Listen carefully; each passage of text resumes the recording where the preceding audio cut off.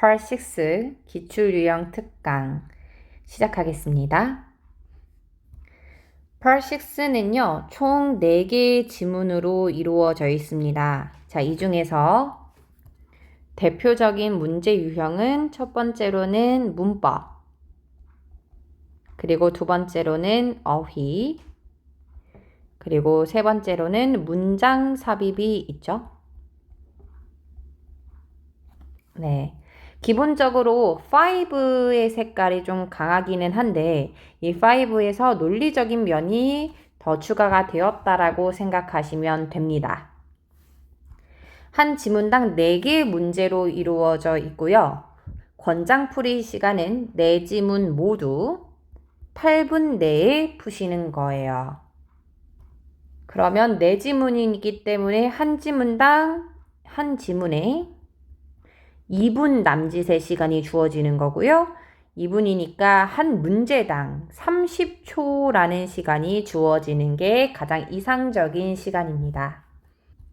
그렇기 때문에 빠르게 글을 읽는 것도 중요하지만 문장 유형별로 어떻게 구조를 보고 문제도 접근법을 정확하게 알고 푸시는 게 중요하다라는 거죠.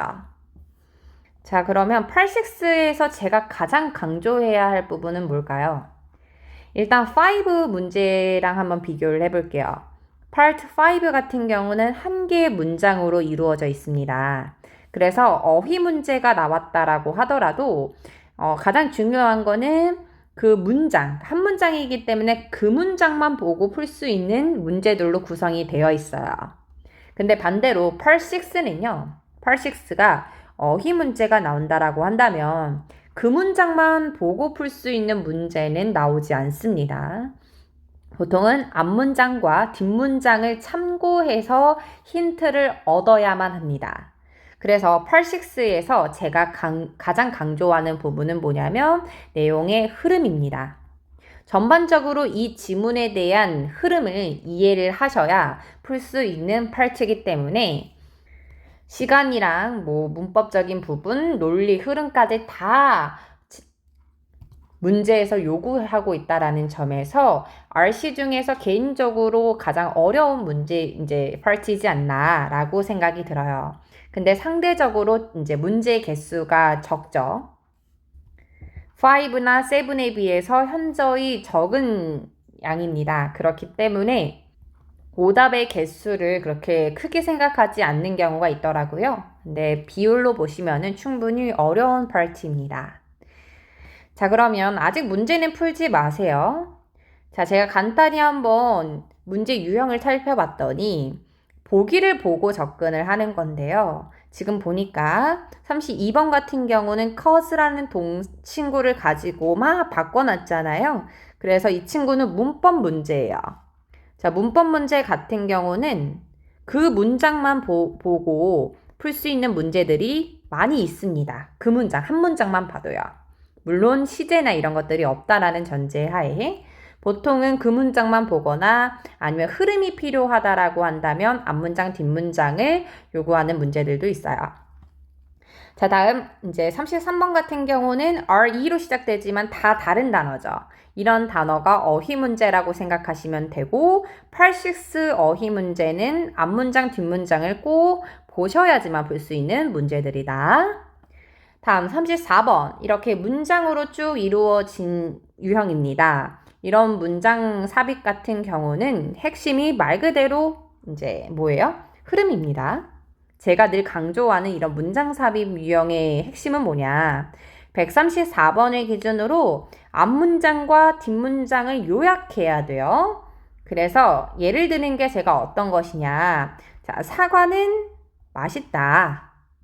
그리고 34번 뒷문장을 봤더니 사과는 빨갛다 라는 이야기가 나왔어요. 그러면 34번 문장을 기준으로 앞문장, 뒷문장 모두 사과 이야기를 하고 있습니다. 그렇기 때문에 34번에도 반드시 사과 이야기가 나와줘야 된다라는 거예요. 그러니까 8-6 문장 삽입을 어려워하는 경우가 있는데 그 경우는 어떤 경우냐면 그럴듯한 것만 골라서 그래요. 근데 이게 공인 시험이잖아요. 그렇기 때문에 논란이 적어야 되거든요. 반드시 지문 속에 근거가 있어야 됩니다. 그래서 말이 되는 거를 넣는 것이 아니라 앞문장이나 뒷문장에 언급된 친구를 잘 골라주셔야 돼요. 근거가 문장, 그러니까 지문 속에 있어야 된다는 거 잊지 마세요. 자, 그러면 이렇게 문제 유형에 따라서 접근법은 조금씩 다를 수 있으나 큰 틀은 펄식스는 흐름을 봐야 합니다. 그래서 이제 문제 유형에 따라서 조금의 차이는 있을 수 있지만 대부분의 문장이나 필요되는 부분들은 해석을 하게 될 겁니다. 자, 그리고 제가 마지막으로 강조하고 싶은 부분이에요. 펄식스는 흐름이 핵심이지 펄7처럼 모든 내용을 다 해석해야 하는 것은 또 아닙니다. 자, 이게 무슨 말이냐면은 예를 들면은 이런 거예요. 제가 예문을 들어볼게요. 한국어로 들어볼까요? 쉽게 이해하실 수 있도록. 예를 들면은 그녀의 가방은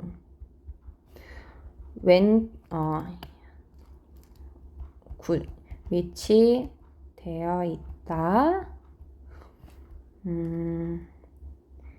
B홀의 4층 6관 엘리베이터 옆에 뭐 이런 문장이 있다라고 쳐볼게요. 자, 제가 펄6에서는 흐름이 핵심이라고 했죠. 얘를 해석할 때 저는 이렇게 해석하지 않을 거라는 거예요. 그녀의 가방은 위치되어 있다. B홀의 4층 6관 엘리베이터 옆에. 자, 제가 지금 한국어로 되어 있는 문장을 이렇게 하는 건데 아마 이렇게 영어를 해석하고 있을 가능성이 매우 높아요. 그런데 지금은 펄7 일치 불일치 문제를 풀고 있는 게 아니잖아요. 자, 그럼 저 같은 경우는 큰 흐름을 보는 거기 때문에 흐름이 핵심이라고 여러 번 말씀드렸죠. 이런 문장을 어떻게 이해할 거냐면요. 아, 걔 가방이 여기 있구나. 이해하셨어요? 이 문장에서의 핵심은 뭐냐면 가방의 위치를 설명하고 있구나. 이렇게 이해를 하는 거예요. 어떤 차이인지 지금 눈에 보이나요? 제가 처음에 해석했던 방법은 번역하는 데 초점을 뒀던 거예요.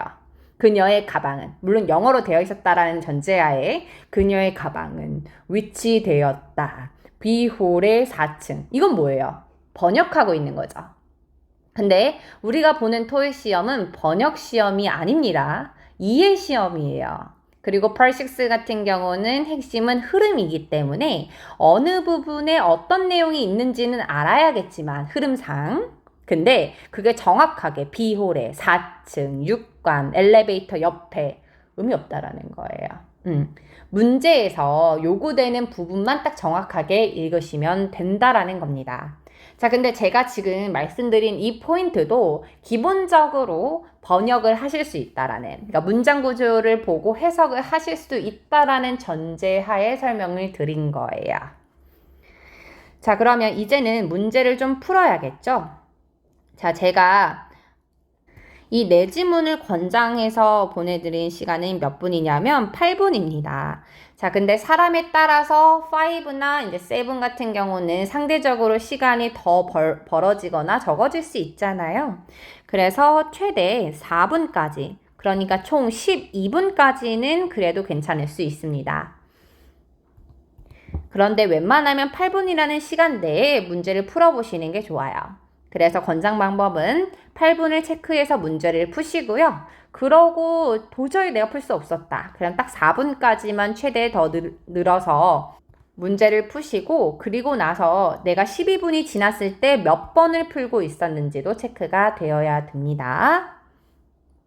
사실 12분 내에 문제를 풀지 못했으면은 펄7이나 뭐 아무튼 문제 끝에 내가 풀게 되는 문제들 있죠.